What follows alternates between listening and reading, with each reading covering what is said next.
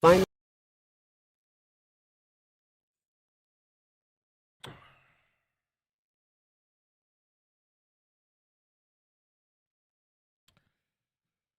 All right, all right. Do a little audio check. What's up? Good afternoon. Welcome. Check real quick. Fine. There's also let's see.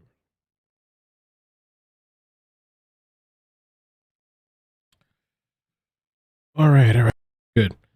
So, a couple things, man. By the way, thank you for stopping by. Appreciate it for taking the time this afternoon. I put on closed caption because a lot of people have been asking me and I get comments about it. The thing with closed captions is that I have to increase the latency for the stream, meaning there's more of a delay. But I did that. So for the people that need that closed captioning, I just did a test right now. It's working. We're going to be talking about Heidi Planck, and I'm going to give it a little minute before we start. There's some really interesting information. I found a great article on LA Mag, really breaking down the whole situation. It was written by somebody named Michelle McPhee. And then we're also going to talk about this Sun.com article with some allegations or alleged details of what happened with Heidi with substances. And it's pretty crazy, interesting. I pulled up some news clips. I pulled up some of the older videos as well. And I don't know. I'm off today. Just giving you straight transparency. Almost wasn't even gonna come on, but I was like, I need to, regardless. I'm not, I feel off today. I feel weird. My mood's just been completely, I don't know, from this morning. And I did my exercise. I try to like shake it off. And for some reason today, I can't shake it. Whatever it is. Just like in my head with a lot of things. So, and I also have like this Facebook thing going on. I don't know what's going on. There's some company reached out to manage Facebook and like this whole contract thing. And I think I'm going to have an attorney look at it to see. It's all this weird stuff and delays. So, Carly said I'm off every day. But I figured let me just come on, man, because regardless, I'll work through it. So whatever.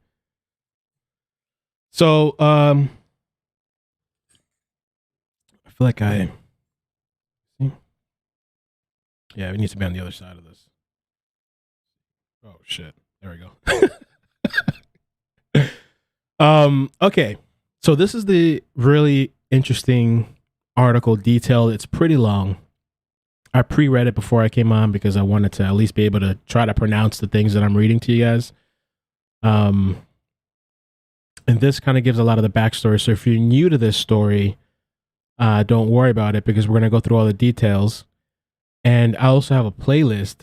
My internet's acting up a little bit too. I also have a playlist with the previous videos that I've done on Heidi. So if you want shorter, they're like 5, 7, 8 minutes long, 3 videos. So if you just want the shorter version, you can go and check that out as well. And I thought this image was kind of interesting, kind of cool too. I guess that's Heidi. That's her apartment. And like her dog. Her dog's name is Seven. And this is the missing woman. Last seen, well, October 17th. This was when she was going to the football game to see her son, and her ex was there too, and then she abruptly leaves, and so we're gonna get into it. Murder, escape, cover up: the bizarre mystery of missing mom Heidi Planck. The security footage couldn't look more innocent. A pretty petite, blue-eyed, blonde woman in her late 30s is shown leaving her rented townhouse near Culver City Arts District. She's dressed casually but fashionably in jeans and a smiley face t-shirt with a gray sweater wrapped around her waist. There's a cell phone and a coffee cup in her hands, a labradoodle trailing behind. She and the dog can be seen climbing into a shiny silver Range Rover and its black and yellow California license plate and driving away.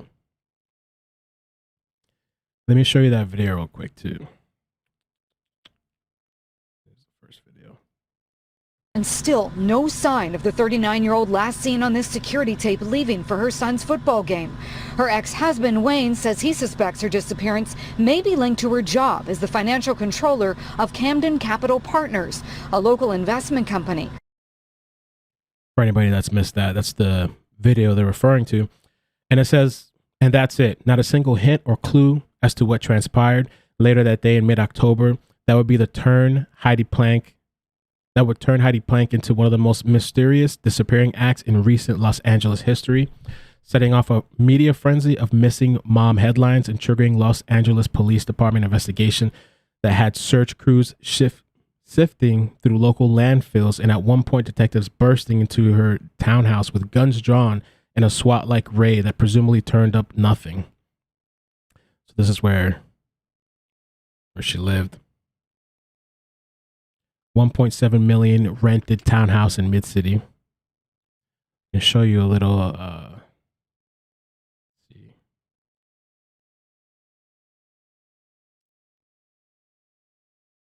Yeah, it's the map right there.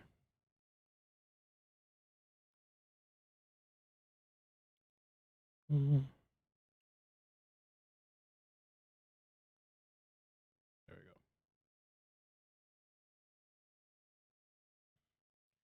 I'm sure many people have seen that too. The people that have been following this is Mid-City, where her home is at. This is where the dog is found. We're going to get into that. This is where the football game was at, Downey. And this is when she doesn't show up to pick up her son from school.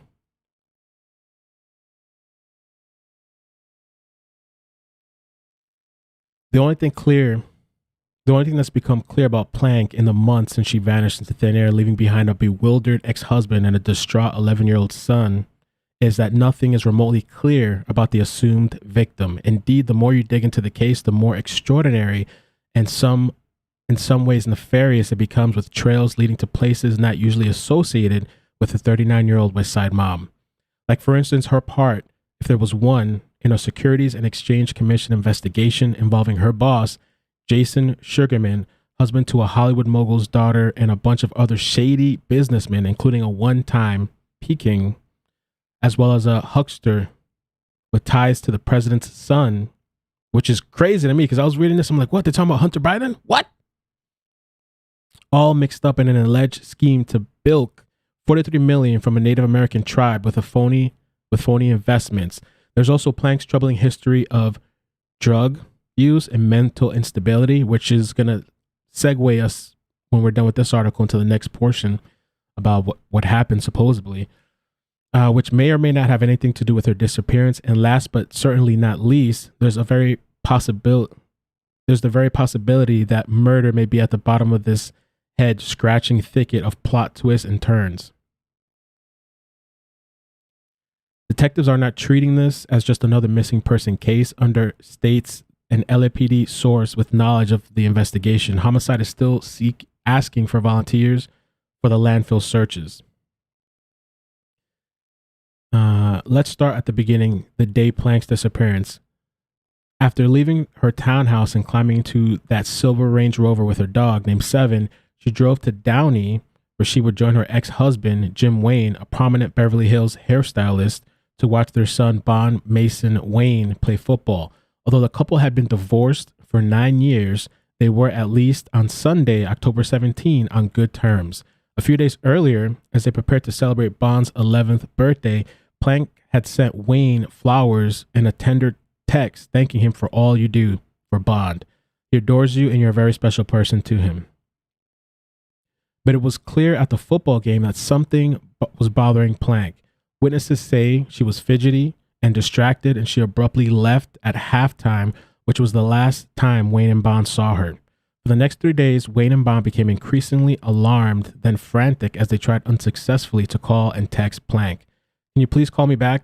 I called you 2 days in a row, and you haven't picked up, Bond wrote in a text October 18 at 7:31 p.m.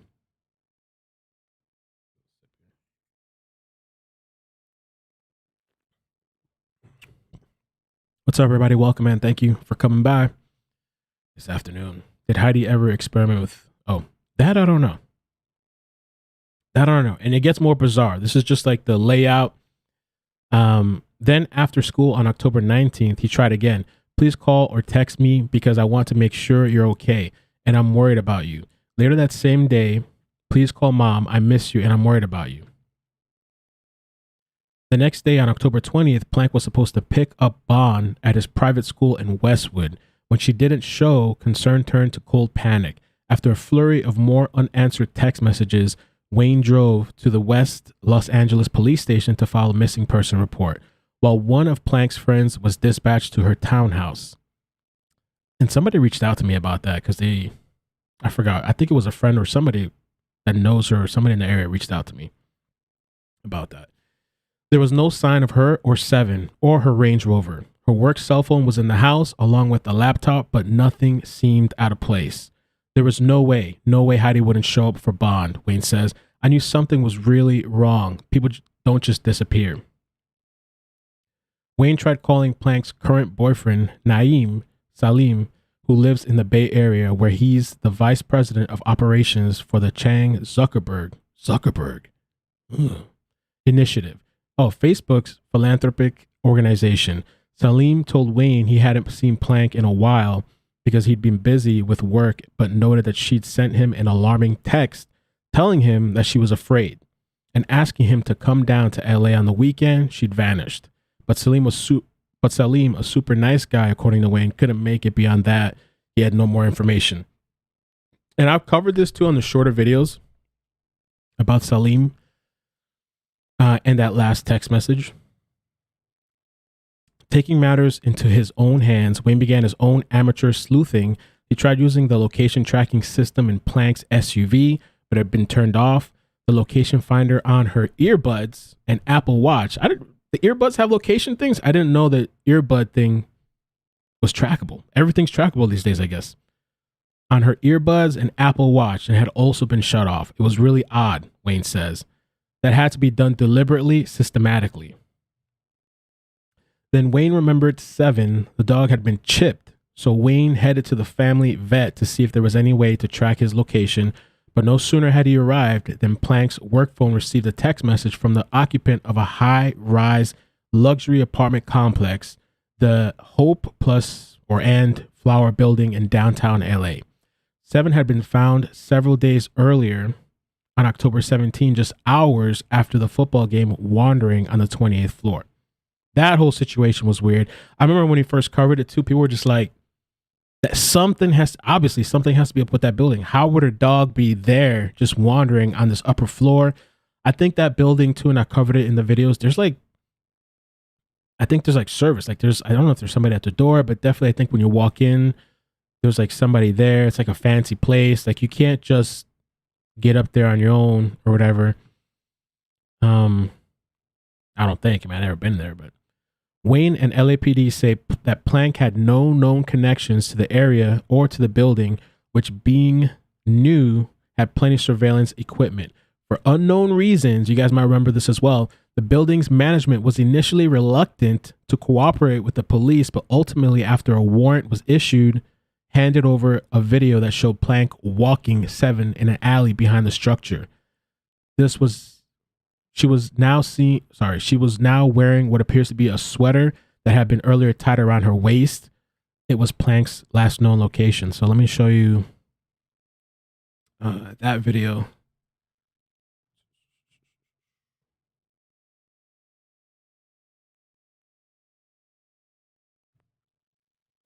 And this says, you see here, October 17, 2021.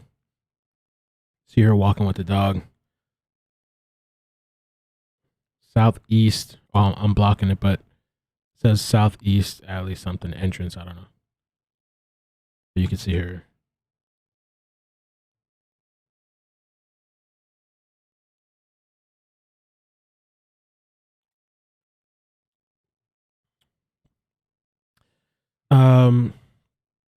Takia, if I'm saying that right.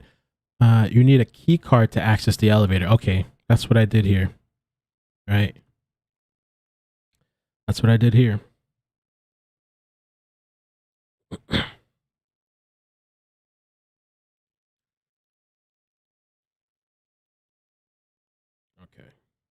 The police, meanwhile, performed several more checks of Planck's townhouse, including the one on October 29, in which they entered with guns drawn. Exactly why they unholstered their weapons is unclear. Perhaps they suspected she was being held against her will, but they found nothing suspicious, or at least nothing overtly suspicious.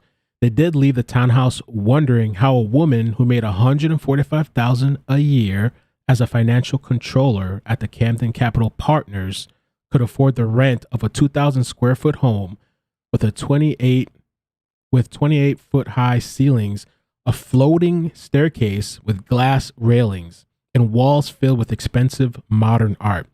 The townhouse had been listed for sale in 2019 for $1.7 million. For that matter, how could she afford her top of the line $90,000 Range Rover?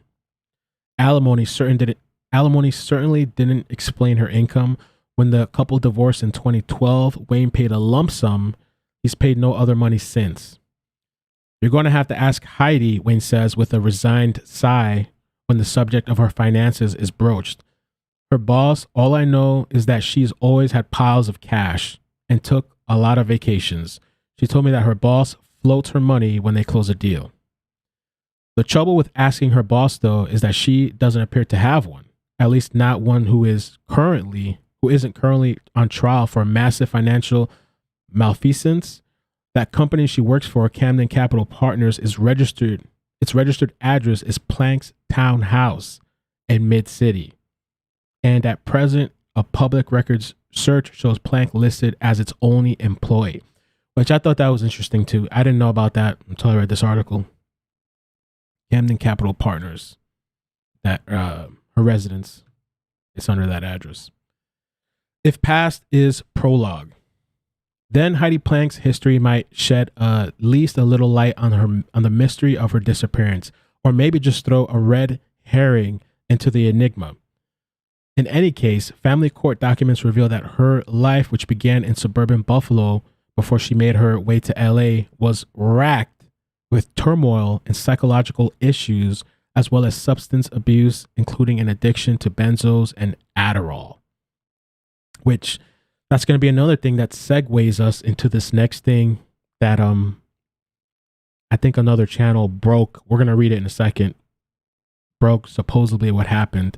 So I'm reading this to give you the kind of the context and the history, so you know it's not something that's just concocted out of thin air and just made up. You know, at least I don't think. There's a whole history behind it. And yeah, this was a really good article. And Adderall too. I've wanted to talk about them. Like I've even thought about having an Adderall live stream. I don't know if that makes any sense, but I just thought about, because I've taken Adderall before. I've been prescribed it. Adderall, Vyvanse, Concerta, like all the crap. And I've had very mixed feelings about it, mixed experiences, and I've talked to other people on their experiences. I personally now, I don't like it. I feel like I've gotten out of the honeymoon phase of it or whatever it is. But that's a whole nother topic, because the other thing too with Adderall and that kind of stuff is I've wondered too the effects on children, because they start kids on that too. And just the long-term effects. I thought it'd be interesting to maybe do like a call show or something like that. Maybe we could do that one day if there's enough interest, if people want to talk about it. It's an interesting topic, I think. What does Adderall do? Adderall is for ADHD. Basically, it's like a stimulant. It's supposed to help you focus. I mean, it's so, I mean, the regulation for it, I mean, you can walk into any psychiatrist's office and you can just say whatever. You know, you can Google the symptoms or the requirements. You just say you have this and you can easily get it. You know, it's also easily purchasable without a prescription if you know people. You know what I'm saying? I used to know people. If you wanted to, you can go and buy stuff, you know, and that's going to also segue us into the next portion of this article. So Planck's mental health and drug problems were apparently a key component of her and Wayne's custody battle over bond in the years after their divorce. I have learned to be aware of her conduct and try to be aware of when and if she's using. Wayne wrote in his request for full custody. They ended up sharing custody.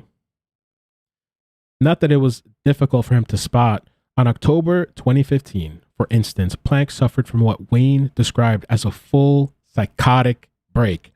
The harrowing episode began when Planck showed up late to pick up the then 5-year-old Bond from Wayne's salon. While driving with Planck and Bond back to her former home in Fairfax District, Wayne noticed that Planck had suddenly become pale and disoriented. "I can't be in here," she complained. "It's too intense." Wayne managed to get them to Planck's place, but as soon as he turned around to drive himself home, Planck called in distress and asked him to come back and take them to his house. When Wayne returned, Planck was sitting outside, inexplicably holding a plate of bacon, which she tried to get him to eat. Wayne thought she might be intoxicated, but by the time they all arrived back at Wayne's house, Planck seemed to have calmed down. Until Wayne heard his son shouting for him, "Dad, you have to come see my room. Mom made a mess." Planck had ransacked the boy's bedroom, then squeezed herself out of his window and hopped a neighbor's fence. Minutes later, another neighbor called the police after spotting Planck climbing on roofs and over fences.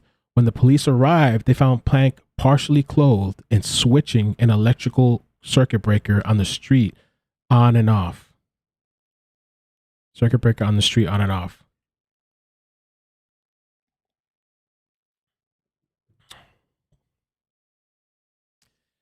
So that's pretty crazy too, right?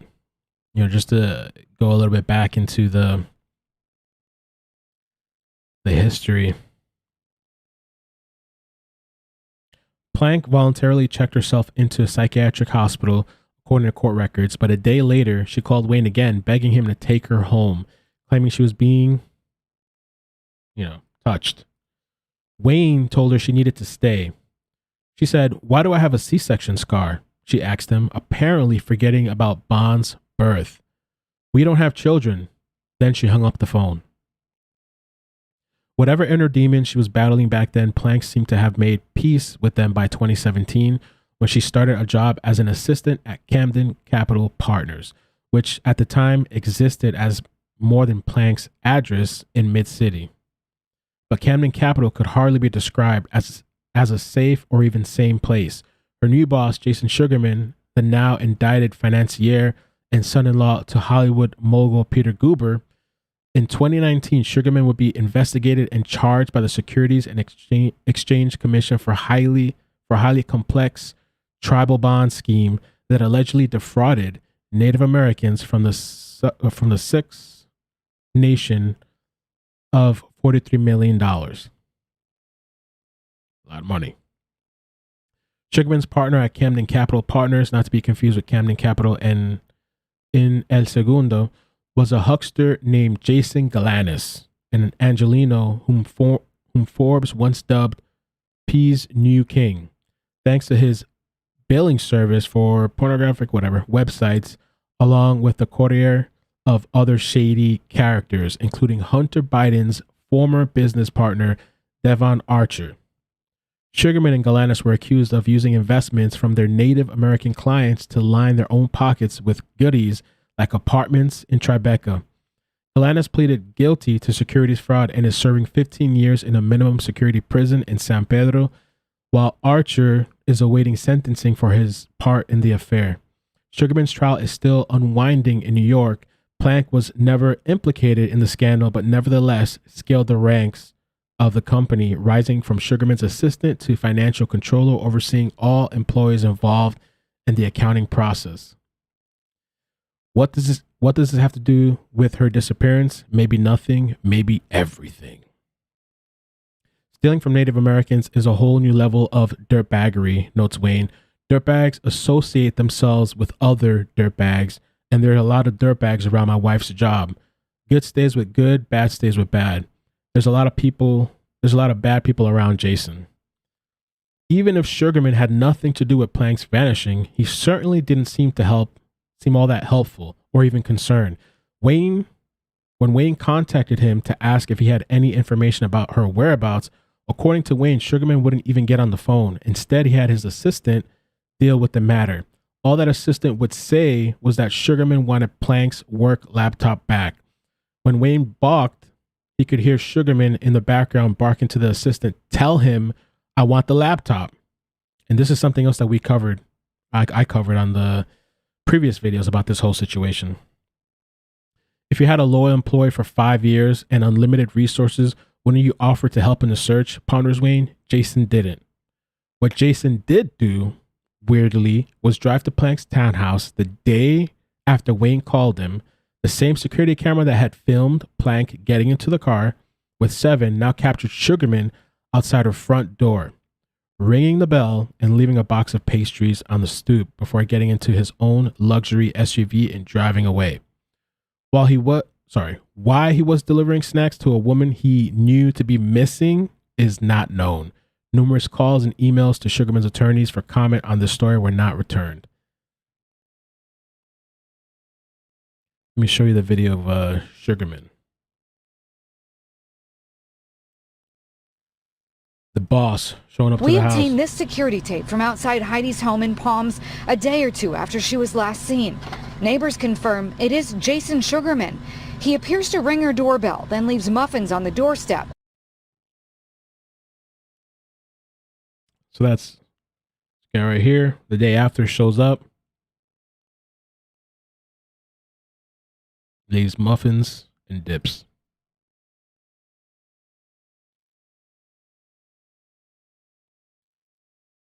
The same day Sugarman was making a pastry run to Planck's townhouse, Wayne received a follow-up call from Sugarman's assistant, again asking for the laptop, claiming that Sugarman believed that there was sensitive information on it. By then, Wayne had already turned the computer over to the FBI, but what really infuriated him was when Sugarman's assistant told him that her boss believed Planck had absconded with the company's money. That's another thing we covered as well. That is the most disparaging thing you can say about another person, especially when you are under investigation for stealing millions of dollars. He fumes. She's my ex-wife. I could say a lot of things.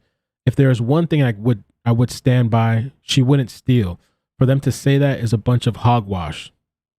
There are obviously a ton of unanswered questions here, well beyond the mysterious pastries her indicted boss left on her doorstep. So many questions, in fact, it's difficult to form any coherent theories of the case without tripping up one contradiction or inconsistency after another.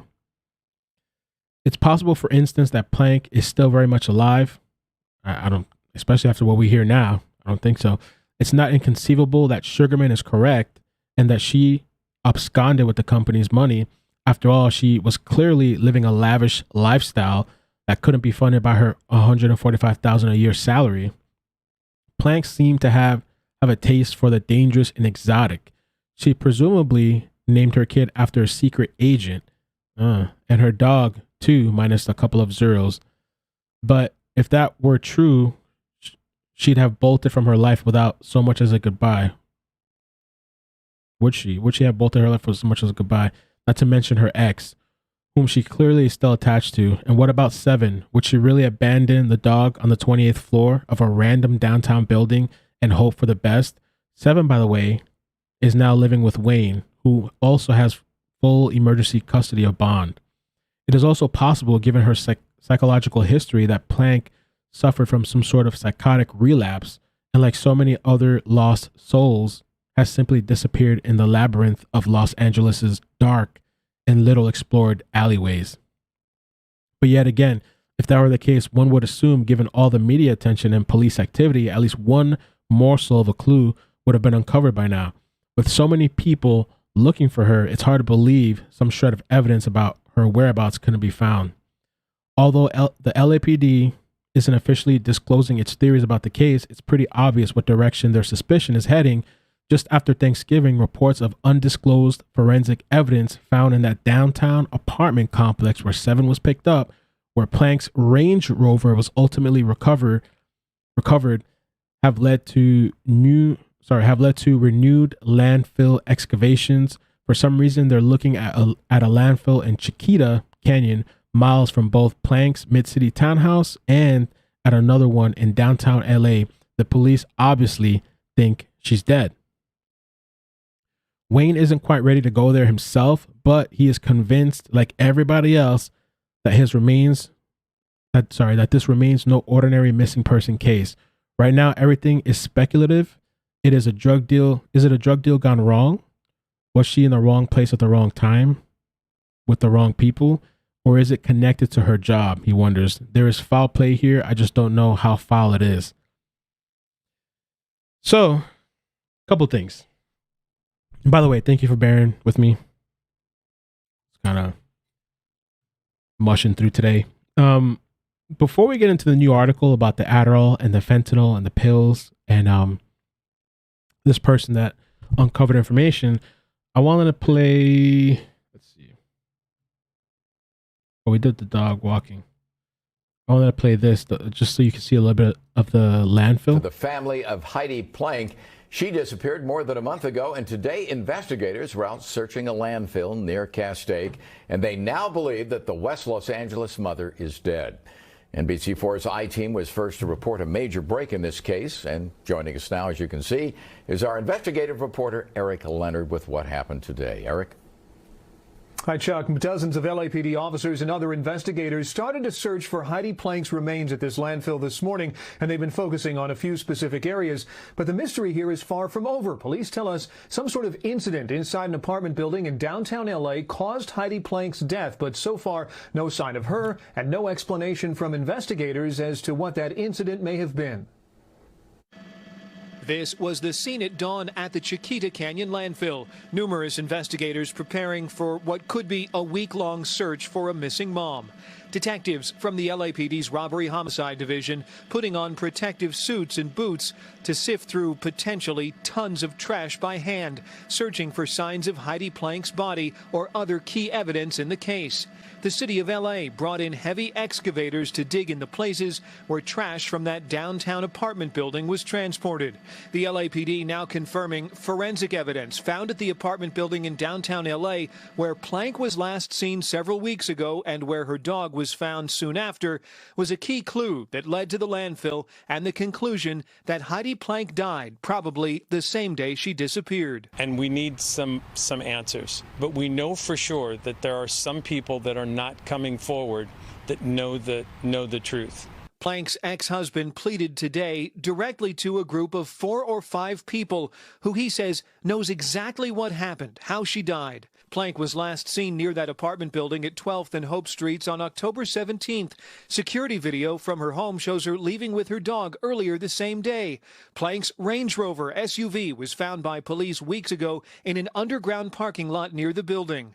Today, search dogs were brought to the landfill search site with the hopes their specially trained noses could lead detectives to clues that could unravel the case that has Planck's family and friends desperate for answers.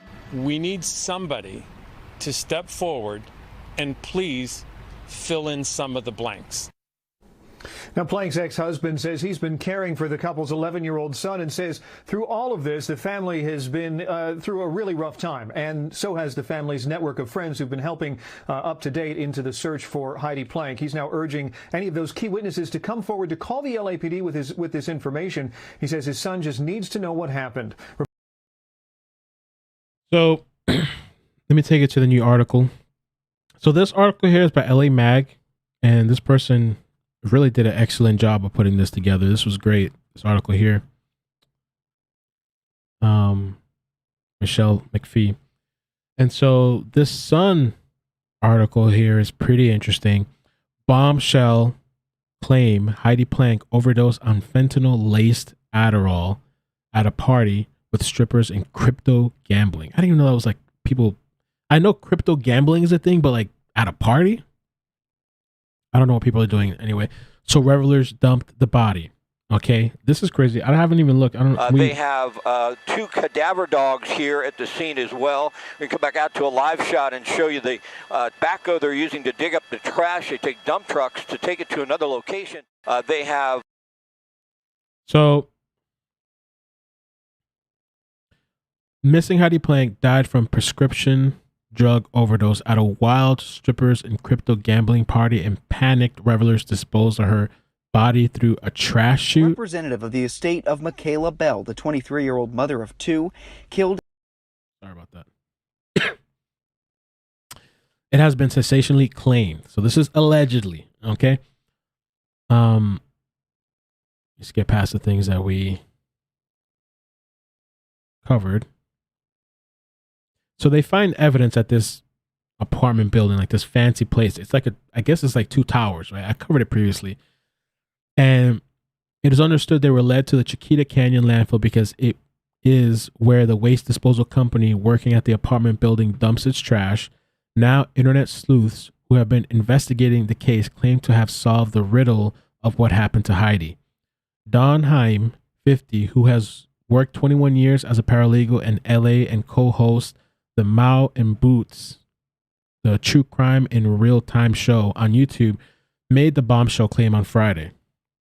The mom of 4 told the Sun she thinks she may have cracked the case after visiting Hope and Flower on Wednesday with a friend of Heidi's to tend to a vigil site erected nearby her friends and family.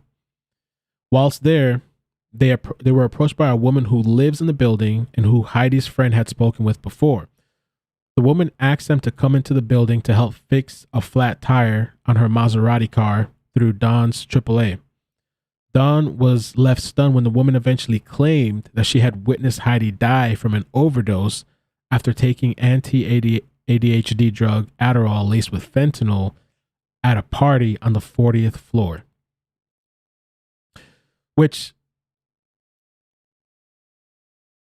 why, if that is true, if that's the case, I mean, I've heard of people cutting fentanyl with stuff. They're doing that with Adderall too. Why? Why are they doing this with Adderall?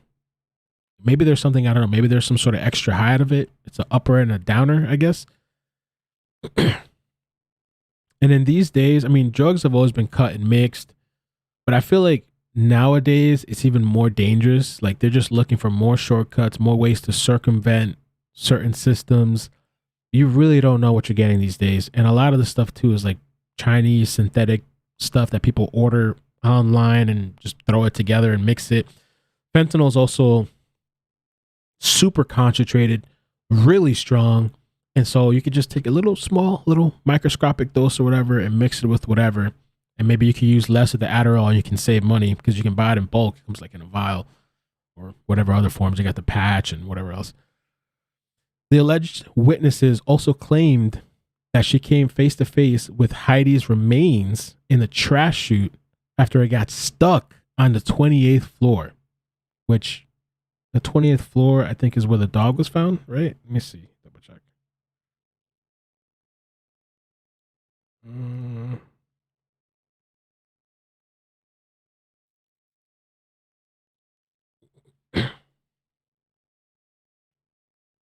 Yeah, the 20th floor. That's the floor that the dog was found on.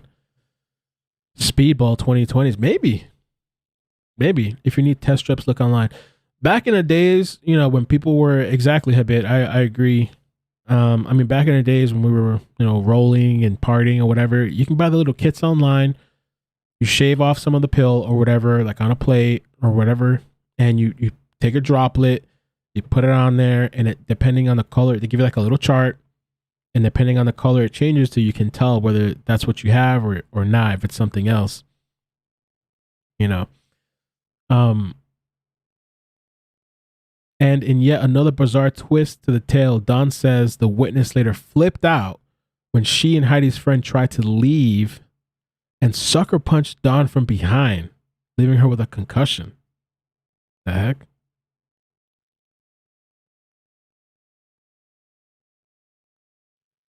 Don told the Sun, I was told that Heidi went down there to see someone she had been dating who lives in the building and to get some Adderall from him. There was a huge party up on the 40th floor, so she dropped her dog off with a dog sitter. Apparently she had done the same before. So she was up at this really big party and they were gambling with cryptocurrency. There were a lot of drugs and strippers, and they had brought a stripper pole up there and they had a DJ. So if that's the case, none of these people have come forward? Or maybe they're talking, but they haven't come, like they're talking to police, but they haven't come forward publicly. I was told by several people that Heidi got her extra Adderall from this boyfriend and that she was addicted to Adderall, but nothing else. She did not do any other drugs, but they told me that Adderall was laced with fentanyl. I was told that she OD'd in the middle of the dance floor, fell down, and broke a glass that she had in her hand. A group of people tried to revive her, but they couldn't, and they got scared because there was a lot of illegal stuff going on in that apartment that night. So a bunch of them took her out and put her in a garbage chute and pushed her down.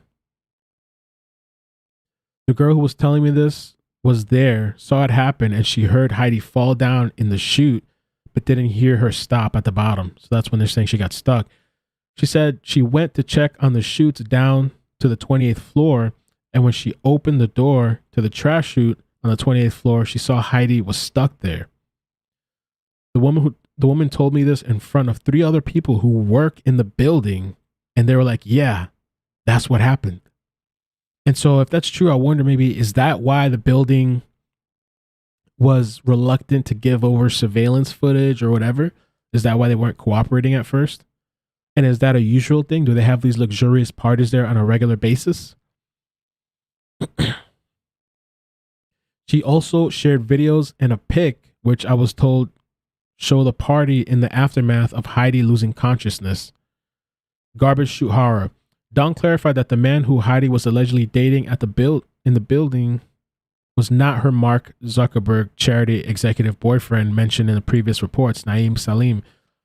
One of the videos clips she referred to, which the Sun has seen but is not publishing at Dawn's request, appears to show a woman in a bra and a thong with high heel boots clearing something away from on the floor below a stripper pole.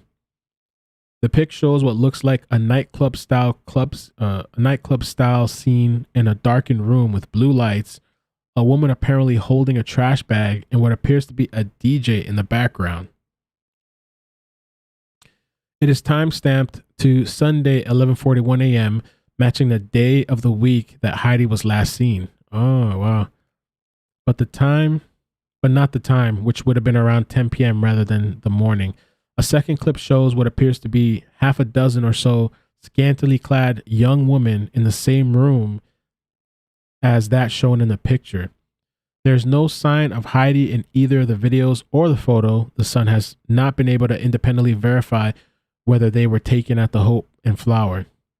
Her Labradoodle dog 7 was found wandering on the 28th floor of the building on October 17, the day she vanished. Dawn, who runs her true crime YouTube channel with a co-host Maureen Green, plus a team of 15 other people who investigate high-profile crimes, explained the bizarre chain of events which led to the eyewitness's confession. After helping to fix the woman's tire, she invited them up to a happy hour gathering in a common area of the building on level 8. Damn, that's some building there. None of the places I ever lived, we got like a little happy hour in a common area. Dawn said she started talking and she goes, it's just so sad. I said, I know it's heartbreaking and I hope they find something soon. She goes, well, I have ADHD and that's where I get my Adderall. And that's how the whole conversation started. I straight out asked her, do you know what happened? She just started telling me everything. Dawn said that an off-duty concierge who used to date the eyewitness approached them during the conversation and asked what they were talking about. The pair started bickering amongst themselves and an argument moved outside of the common room to the hall area. Dawn said it escalated to the point where a building manager and a security guard came over. All 3 of them were telling her that they should not be talking about it, and she was starting to get physical. She was punching the concierge in the chest and the arm, so my dumb ass stepped in, and at the point she pushed me out of the way. My friend was like, we need to go. And she, the eyewitness, kind of socked her in the stomach. What the heck? What happened? This is crazy. Eventually, Dawn and her friend made their way to the elevator, but the eyewitness got in with them and was telling them, you guys can't leave. I'm doing this for you guys. How could you guys leave me right here?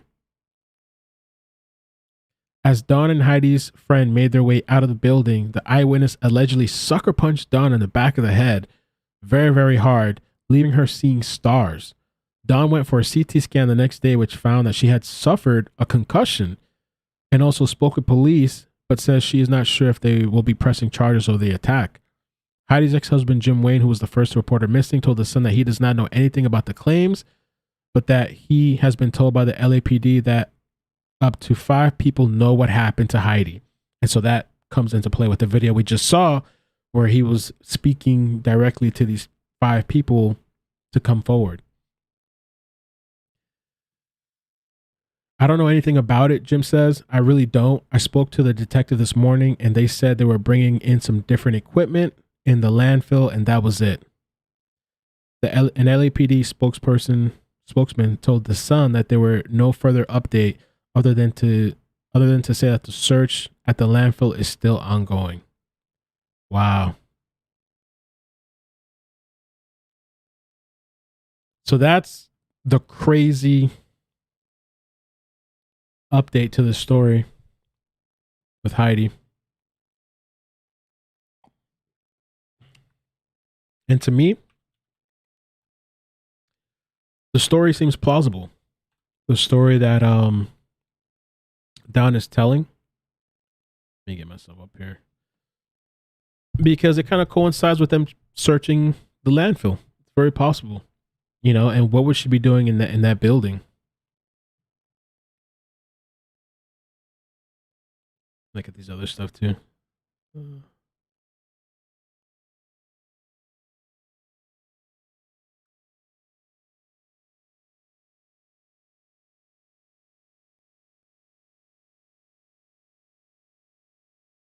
So you guys remember let me show you this. The whole psychotic breakdown that we were just talking about. There's actually pictures of it on this Daily Mail website.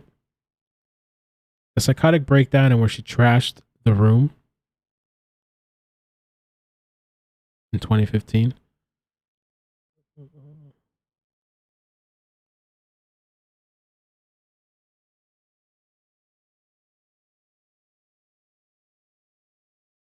This is the petition. I'm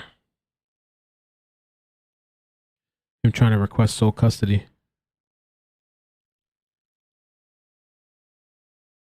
So this is the room right here.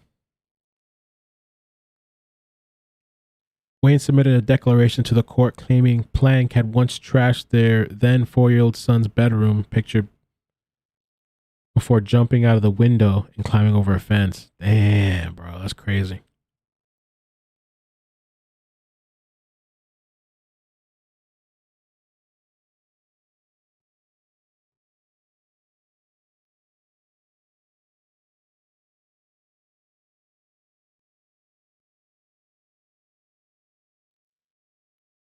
When we walked into the Rite Aid, she started shaking, went pale, turned to me and said, "I can't be here. This is too intense." We walked out of the store quickly.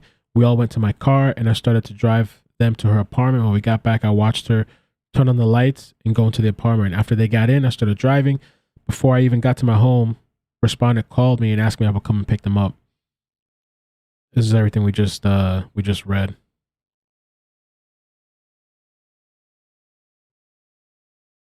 Mom made a mess.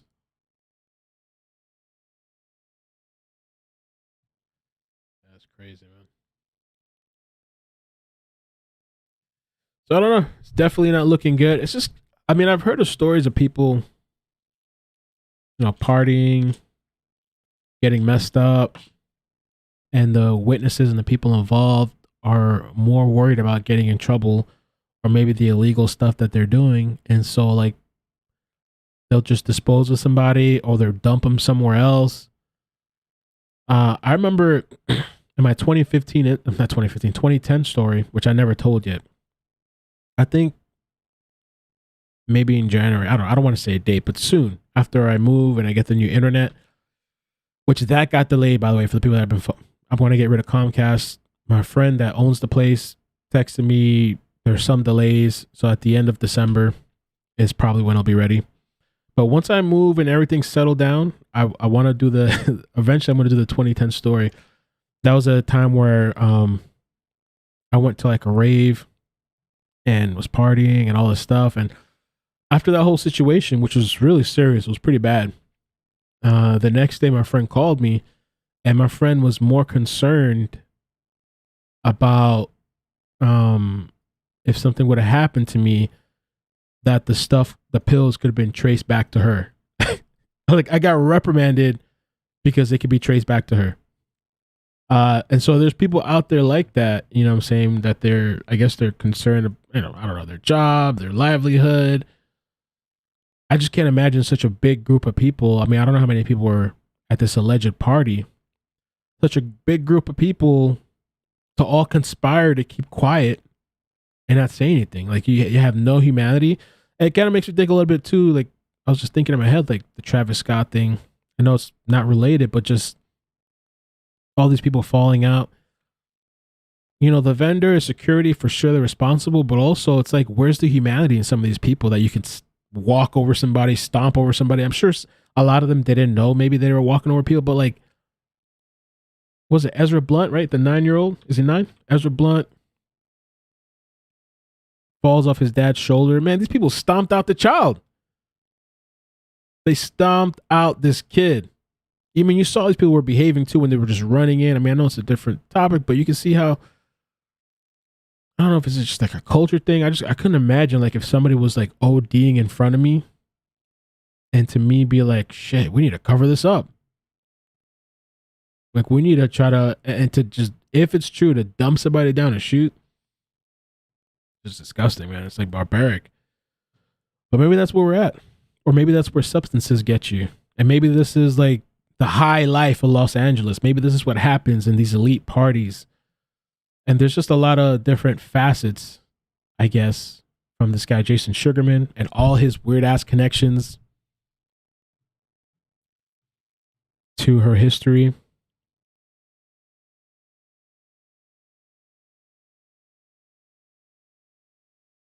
And I never knew Adderall was being laced with fentanyl. Is that a new thing? Let me see real quick. Adderall.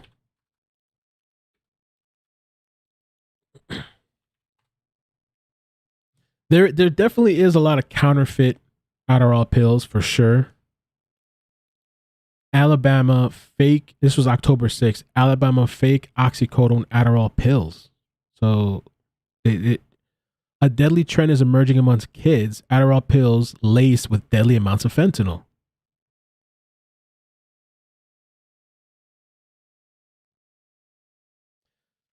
I mean, Adderall is such a strong and delicate thing.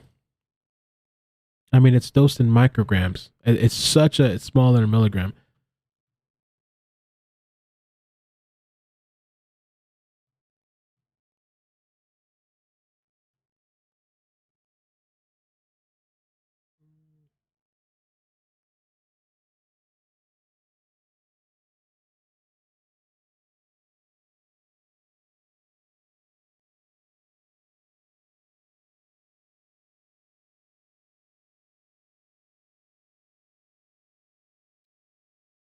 Yeah, it says Gibson's team and her DA colleagues throughout the country are sounding new alarms about a surge in fake Adderall that has been laced with illegal and unregulated fentanyl, an opioid that is 100 times more powerful than morphine. Fentanyl is highly addictive and deadly. Just 2 milligrams can be lethal. 2 milligrams. I think even less can be lethal, especially if your body's not used to it. Excuse me, sorry.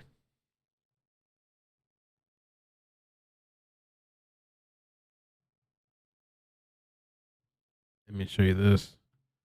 This is a different article. I was looking at this one. I was kind of reading from this. That's why I thought, I mean, I'd want to research it more. Maybe I can even get somebody that knows more about this stuff. But I like to just talking to people based on their personal experience. Maybe one day we'll do an Adderall stream. I mean, it's a serious topic, but I feel like there's just a lot of, and it affects everybody so differently that like my experience can be different from anybody else. I feel like any beneficial thing from that to me, that phase is gone for me. I don't know. There's things I don't like. There's things that I like about it.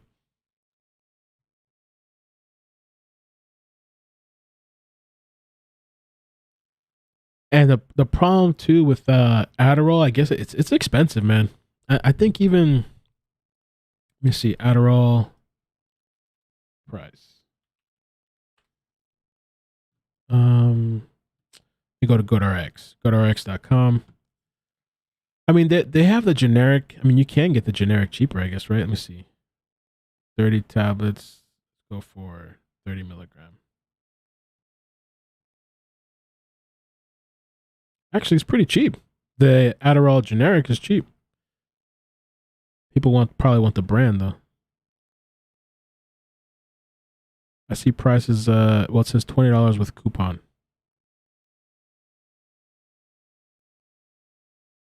Oh no, here it is. This seems more like it. Well, for brand, for the pills is $100 something. Vyvanse is super expensive. I know the Vyvanse is like $300 something at least. So I'm sure, I guess people are just buying it over the counter. I mean, Good on the afternoon, street. everyone. The top priority of the Department of Justice is to protect the American people. And that means we have an obligation to make Americans aware of the deadly threat from counterfeit pills. Counterfeit pills containing deadly doses of illicit fentanyl. And we also have a responsibility to do all we can working with our law enforcement partners. What happened? Somebody said $5 per 15 milligram in Oklahoma. The street price that I know about in Florida is like $10 a pill, for Adderall. But that's kind of high too, though. Somebody said it's around $7 a pill around where I live. And well, that's the thing too. A lot of times too, people actually have prescriptions that they get filled. Maybe it's covered by insurance, and then they just sell it off. Maybe they don't want it. Maybe they just want to make some extra money. There's a lot of people that do that too. Let me refresh this, see if we can get this. Wait. To do all we can working with our law enforcement partners to stop it. So today, we're here to let the American people know that one pill can kill. We have seen an alarming increase in the number of counterfeit pills containing illicit fentanyl. And when we say counterfeit pills, I want to be very clear. We mean pills that are fashioned to look like legitimate pills that might be prescribed by your doctor. Counterfeit pills that have been brought into the United States have been illegally produced in Mexico using precursor chemicals supplied by Chinese companies. There were 810 arrests made. See, what did I just say earlier? The Chinese thing. I used to know this one guy long time ago that I think one time he told me a little too much, but he told me that he was getting his stuff. He was ordering from like China somewhere, and he was having this stuff delivered. The next day he disconnected his phone. Maybe he realized he said too much. I was like, okay, tell me. But he was getting stuff from China, and I guess, I don't know what he did after. He would break it down or something like that, this research stuff. A lot of the times this stuff is not even what you think it is, you know? Beginning August 3rd through this past Tuesday. We've seized 158 weapons and 1.8 million potentially deadly fentanyl pills. I had the opportunity yesterday to sit with the Mexican Attorney General. I was frank in expressing to him my concerns about what we are seeing in the United States, that this is a public safety crisis that we're facing, and that it's being driven by these mass-produced fentanyl and methamphetamines that are coming from Mexico. Mexico. Somebody in the chat just said Mexico too, right? Let me see. Somebody in the chat said Mexico. Yeah, I guess you're not allowed to say that, right? Alabama is reaching a new... They're probably censoring that. What are you saying?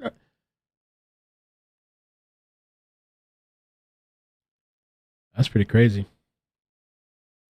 Oh, the other thing. Let me show you kind of an off story I wanted to show you guys. I saw this pop up on my feed today, and this is a news story too. Florida poison control, 35 hospitalized for severe bleeding after taking spice in Hillsborough County. Spice is like fake weed. Complete research chemical. I don't even know. Let's see. What is spice? Spice is just and it's like dangerous. Like this shit is no good. I guess the reason people get it is synthetic cannabinoids. I think the reason people get it is to maybe try to avoid drug tests.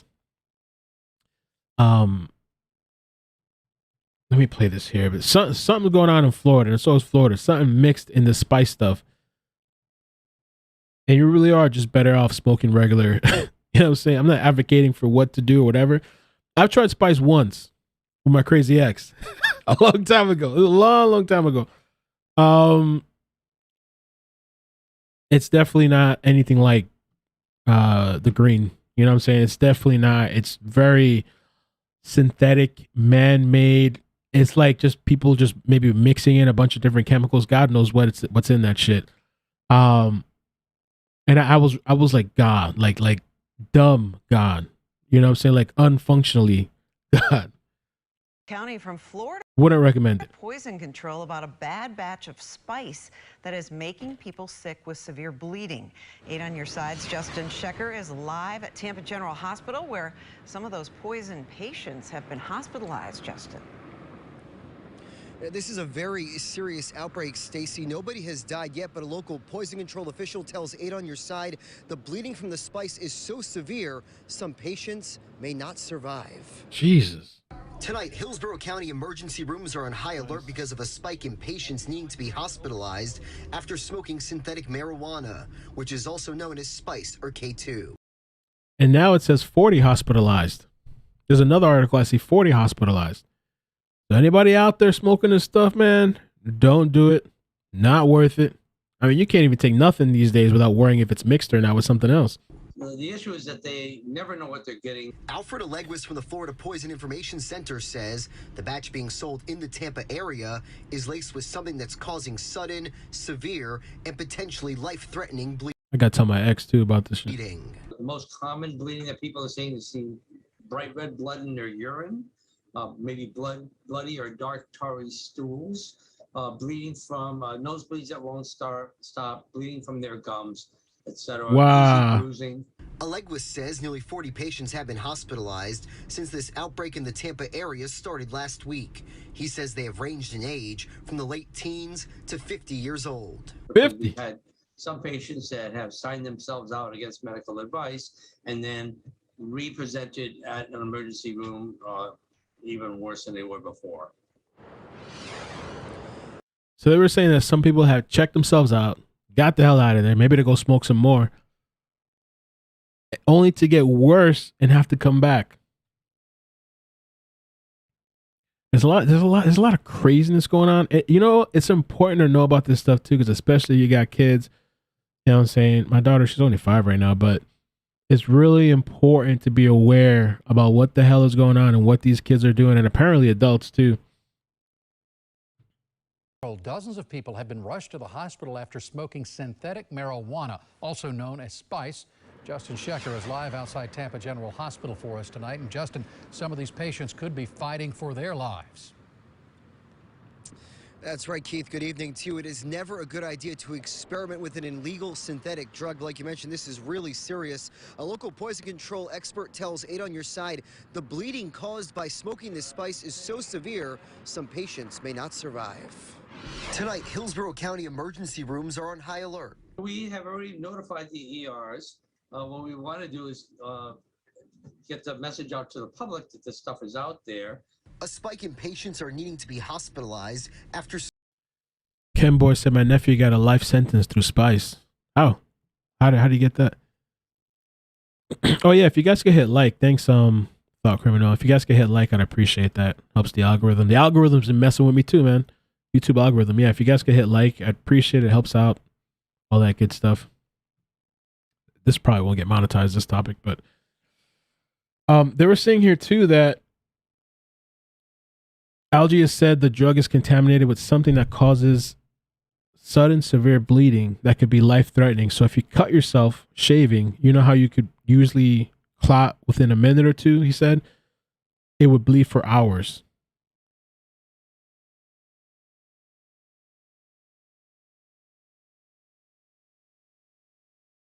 Well, he just said in 2018, a person from the Tampa area died during a spice outbreak across several states that poisoned more than 300 people. There have been no reported deaths related to the current outbreak. If you know anybody on this stuff, according to the Florida Poison Information Center. The issue is that they never know what they're getting. The center's managing director in Tampa, Alfred Alleguis, says at least 40 sick patients purchased a synthetic drug locally that's contaminated with something, causing sudden, severe, and potentially life-threatening bleeding. So if you happen to catch yourself shaving, you know how that you usually clot within a minute or two, it would bleed for hours. Back in 2018, Alleguis says one person from the Tampa area died during a spice outbreak across several states that poisoned more than 300 people. No reported deaths during this outbreak that is so far contained to Hillsborough County. But Alleguis says some patients have left the hospital only. Oh yeah, that spice stuff. Somebody said, so yeah, it's like tripping for 20 minutes. Yeah, you can actually like trip off of that stuff. Depending on whatever the hell's in there and what you're getting. Yeah, you could totally trip. I've heard of stories of people having I forgot what it's called. Really fast heart rate. I forgot what it's called. Fast heart rate. Tachycardia from that. A lot of people have gone to the hospital for that stuff. Another quick kind of crazy story that I'll throw in. Another Florida story. Where'd I put the link? It's just kind of, I don't know, bro. This just police. Florida woman charged with poisoning boyfriend's drink because he wouldn't shut up. All right. This story came out today as well. And this woman was charged after reportedly poisoning her boyfriend's lemonade because he wouldn't stop talking, according to the arrest report. She gave him, I believe, Seroquel, what I read. Alvis Parrish, 54, was charged with poisoning food or water with the intent to kill. According to the arrest report, on December 7th, deputies were dispatched to the home on 8752 in reference to a poisoning. When they arrived, deputies say that Parrish was sitting on the front porch yelling at them. When deputies got closer, Parrish uttered, "Yeah, I did it," because he wouldn't shut the F up.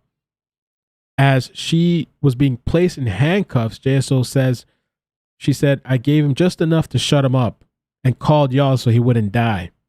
Do whatever you want, but if you don't take me, I will kill him." Jesus, why can't people just leave?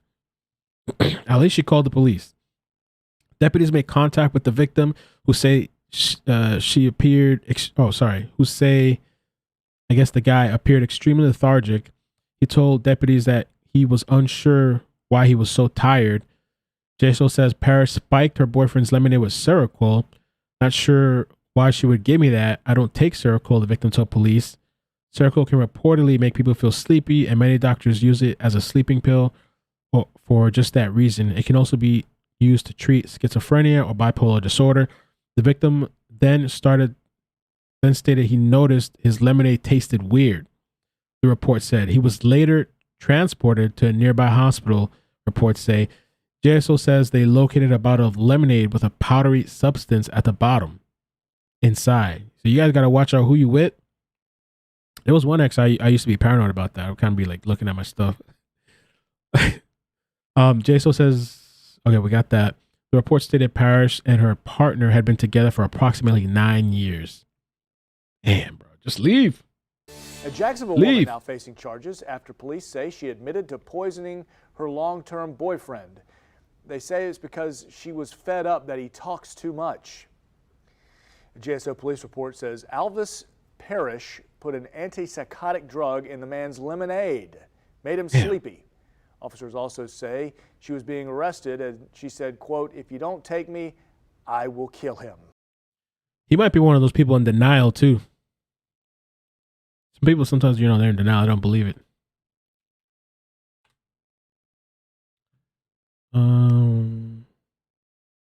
There was this other thing. I don't know if I sent myself this. Okay, here we go.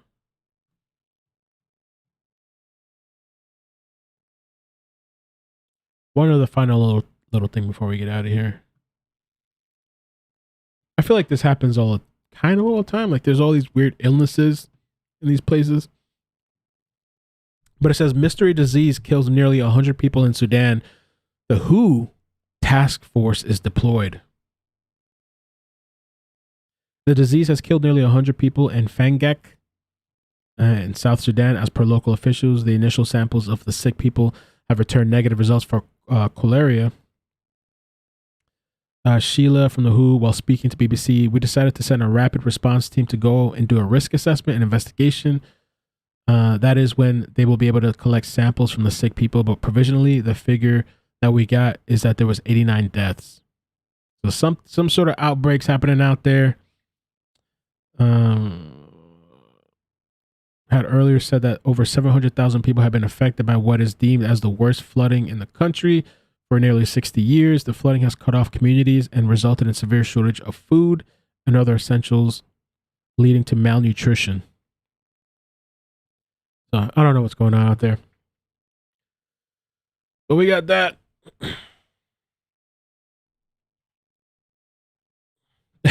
Somebody said, just great. Now I have to worry about my hubby trying to shut my nonstop yapping. Some people do talk a lot, like a lot. But man, yo, thank you guys so much for coming through. I appreciate it.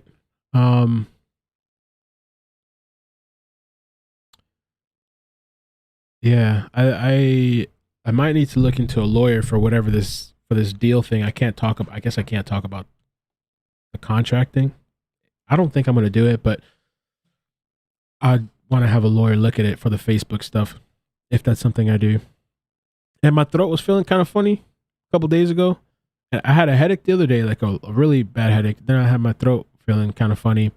And so today I actually went and got tested, just in case. I went and got myself tested. It's probably going to take like 2 days or something to get the results. I had the virus I tested positive in August. And at that time when I got it, I lost my taste and smell, the symptoms that everybody has. I had a fever. Thankfully, it wasn't like horrible, like, get admitted or anything like that. And then I went and got the antibody treatment as well after like 9 days or something like that. You're supposed to get it earlier. So I don't know. I went and tested myself today just to be cautious. Maybe you got poisoned. Shit, maybe I did. I don't know. So I don't know. We'll see the results, but I just feel weird. I don't know if that has anything to do with anything. I just feel like weird today. Maybe that just happens sometimes. Maybe that's just life. I don't know.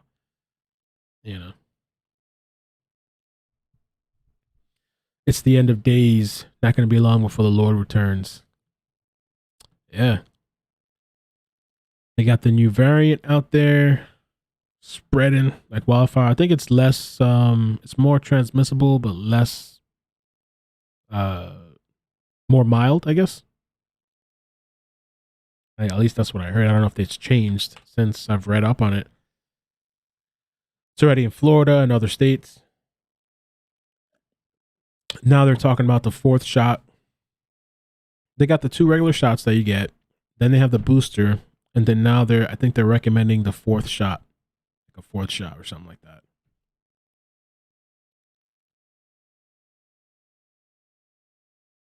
Infections rise for 3rd week.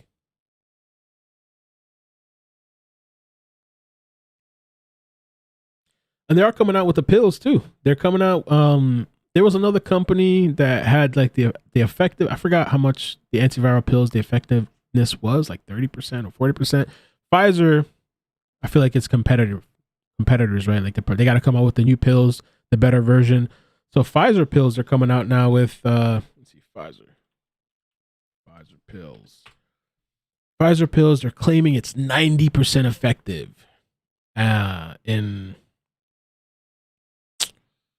preventing hospitalizations and deaths.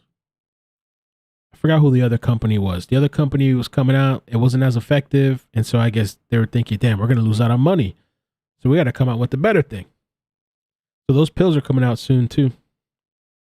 So thankfully there'll be a lot of options, if you get it or whether you decide to do whatever, there'll be plenty of options out there. Jen says, I got tested today too. I've been feeling crappy lately. A friend of mine, am I a lady? No, I'm not. What? No, I'm not. P, B, and J definitely doing Adderall shit. Yeah, I was thinking about it. I might have to do a little research. I have a couple of articles and maybe write out my thoughts. That one pill is 30%. Thank you, Vicky. I appreciate that.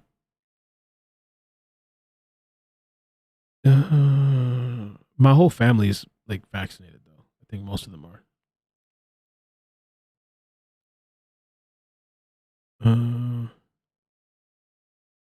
Get the booster. Take 3 hot showers. Rub yourself down with Vicks. Oh, I haven't used Vicks in a long time, man. That's some good stuff. Vicks, and take zinc for the next few days. I do have zinc. I gotta take some zinc. I don't feel it. If I do test positive, it's because, and this is all that I have right now. It's because I had it in August, and so I think I must have antibodies and stuff like that. But I was wondering too, if I have antibodies, would it make me test positive? Does the test just test for antibodies, or do they test to see, maybe I still have antibodies because I just had it in August. Mel, miss you lots. Thanks for being you and positive. Oh, thanks, Ems. Appreciate that. A Jacksonville woman now facing charges. Haven't talked in a while. Quercetin. Oh, you know about that stuff. I actually have a bottle of that. That is the Bombshell. I just got into that recently. I haven't been taking it, but I have a full bottle of Quercetin. I took it when I first tested positive. I took the Quercetin. Now, how do you recommend taking that? You take it just once a day or twice? I forgot the dose that I had. Oh, this is the one that I bought. Yeah. I had the Quercetin. I hear the Quercetin is good. I used to put Vicks in my eyes to cry to get out of class. Oh, I thought you were going to say for something else. Rolling days. They used to put Vicks like by their eyes. That's something else though. Oh.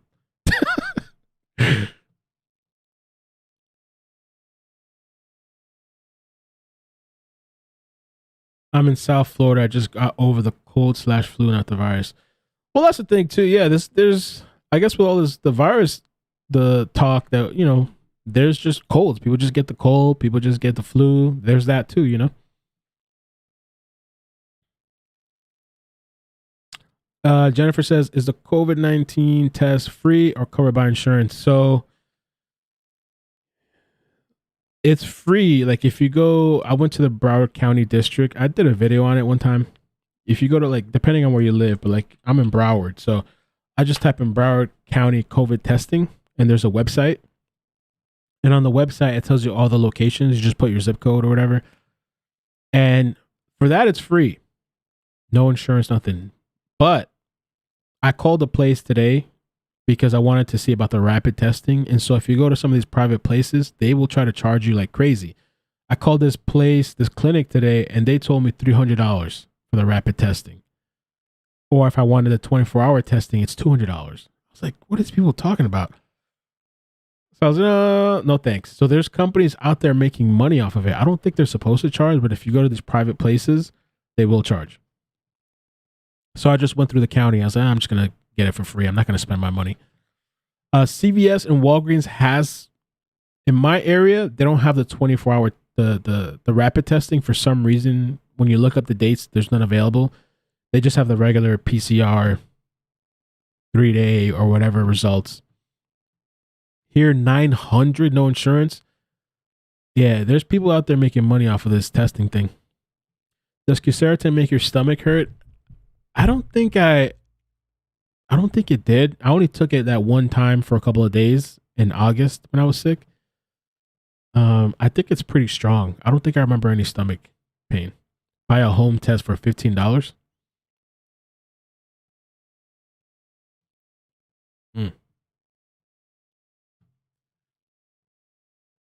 Vicks has a spray? Does it really? National Guard in my area does the rapid.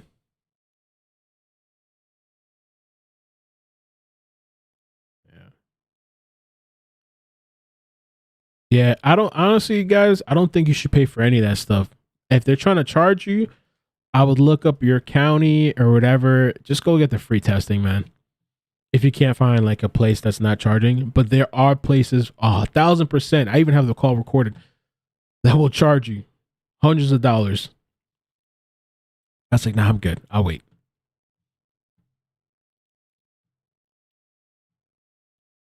I can walk you through the appointment thing and testing. Okay. Selling it at the Dollar Tree. Oh my god.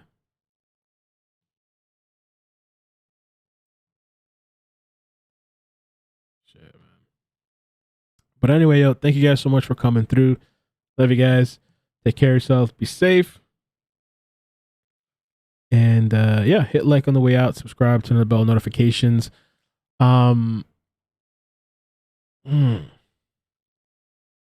Had a thought, but I should let the thought go and end the stream. I was just thinking about, should I? If I can find it.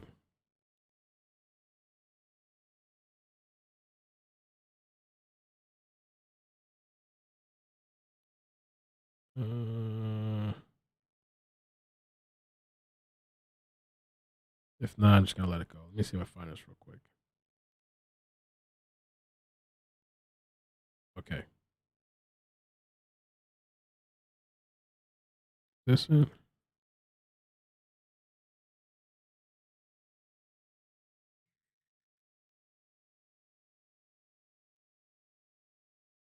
Yes, it's it. Just a real quick tidbit, I guess. For the people that have been watching and following and, you know, listening to some of the stories, that one story with Andrea Lloyd, the guy that killed his fiance or girlfriend. Let me show you this clip. The supposed reason why he killed her. Developments today. Let me show you this. Supposed reason. Thank you, ASCH. Appreciate that. Hit the like button. Thank you for the members chat. Real quick, let me just give you a quick update and then we'll head out, because I never updated the story. Silvio put me onto this. By the way, thank you, BL, for sending me the link to the article for Heidi with regards to the supposed overdose. Silvio sent me this one. Today, in the case of a missing Miami-Dade woman who police say was abducted and murdered by her You guys might remember this lady. I was covering her. boyfriend. The suspect, Xavier Johnson, facing a judge today. He is now being held without bond. Police say he admitted to the kidnapping and killing of Andrea Lloyd. It comes after human remains were found, which a medical examiner later determined were those of Lloyd. Local 10's Ian Margul is live in Southwest Miami-Dade with the latest developments. Ian. And this afternoon, a judge said Andrea Lloyd's two kids will be staying with their maternal grandfather. We now know Johnson, who is the father of those two kids, is facing some major felony charges. How are you doing, sir? It's hard, but you know, I got to be there for them. Arnold Lloyd, exhausted and grief-stricken, appearing before a judge Thursday afternoon to take custody of his daughter Andrea's children after she was attacked and murdered earlier this week. Mr. Johnson, good morning. Sir, you were arrested for 1 count of first-degree murder, 1 count of kidnapping, and 1 count of armed burglary with an assault or battery. Police believe Andrea's boyfriend, 33-year-old Xavier Johnson, is the man responsible, and he was formally charged Thursday morning. You would be eligible for the public defender. I am happy to appoint them. This is a serious case. This may be even a death penalty case. The situation started back death penalty on Tuesday. Andrea, who was 6 weeks pregnant with her third child, was working an overnight shift as a caretaker at a group home. Police say she answered a knock on the door around midnight and was attacked, abducted by a man, and thrown into her own car. The kidnapping set off a major search around Southwest Miami-Dade, and then on Wednesday, family members spotted Johnson in a heavily wooded area near the Homestead Speedway. Officers responded to the scene, and sources tell us they found human remains in the area in a large metal box. Soon after, Johnson was taken into custody, and early Thursday morning, he was walked into jail. He made a statement confessing to kidnapping and killing the victim.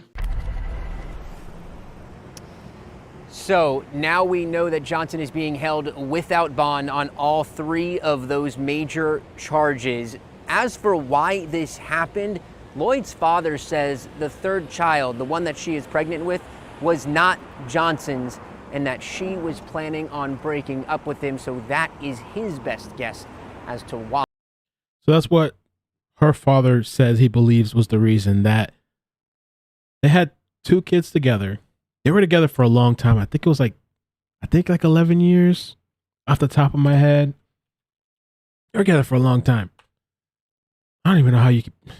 that's amazing that somebody could be with somebody that long, but like, damn.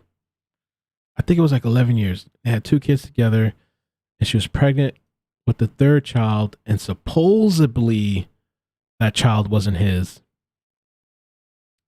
And I saw another video where the father was saying that the guy was cheating on her, but I mean, apparently, if that's true, maybe she was doing her thing too, and she was getting ready to leave, which is, they say the most dangerous time. You really shouldn't even announce if you're in a crazy situation like that. You shouldn't even announce really that you're leaving. Some of these people can't handle that. They're killing people over that. There was another story too. Another local story. Florida, some guy killed his wife. And he reported her missing first.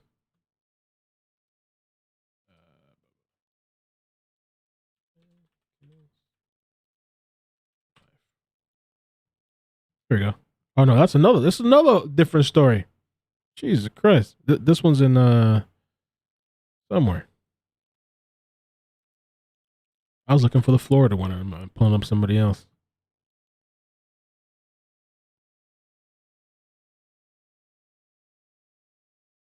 Can't find a Florida one, but yeah, there's this other guy too.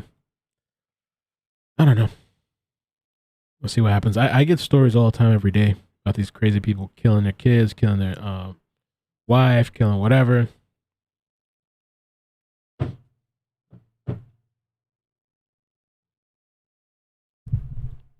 The guy who killed his wife, did he kill the ex? Did the guy who killed his wife, did he kill the ex? I'm not sure you mean the ex. TK said my wife cheated on me and we separated and it was the best thing to happen to us. I guess some people just can't handle it, or maybe they're together for so long. Like with this Andrea and this guy, I don't remember the guy's name. They were together for a long time. Some people, I guess, can't handle the prospect of that. And I think when I was talking with Sylvia, we calculated back, and they had first. I think they met when they were like, she was in high school or something. I think she might have been 16 at the time. And so maybe he felt, maybe he was an insecure guy, and maybe he felt like, oh, I'm her first and only, and she's only going to be with me, kind of thing. Doesn't want her with anybody else. Maybe it's a control thing too. It's got to be a control thing when you kill somebody like that. I don't know.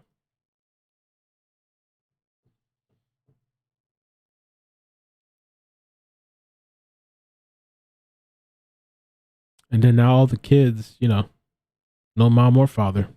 So.